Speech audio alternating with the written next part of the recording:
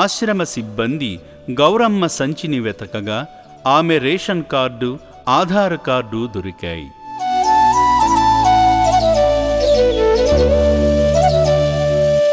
అయితే గౌరమ్మ ఎవరూ లేని అనాథ కాదు. ఆమెకు 4 కొడుకులు ఉన్నారు.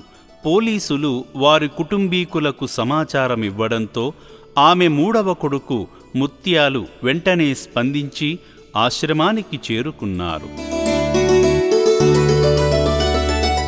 తల్లి కొడుకులు ఇద్దరూ కళ్ళారా చూసుకుని భావోద్వేగానికి గురై ఎక్కి ఎక్కి ఏడ్చారు. అనంతరం కొడుకు ముత్యాలు తల్లి గౌరమ్మతో మాట్లాడి ఆమె పూర్తి బాధ్యత ఇకపై తానే తీసుకుంటానని హామీ ఇచ్చారు.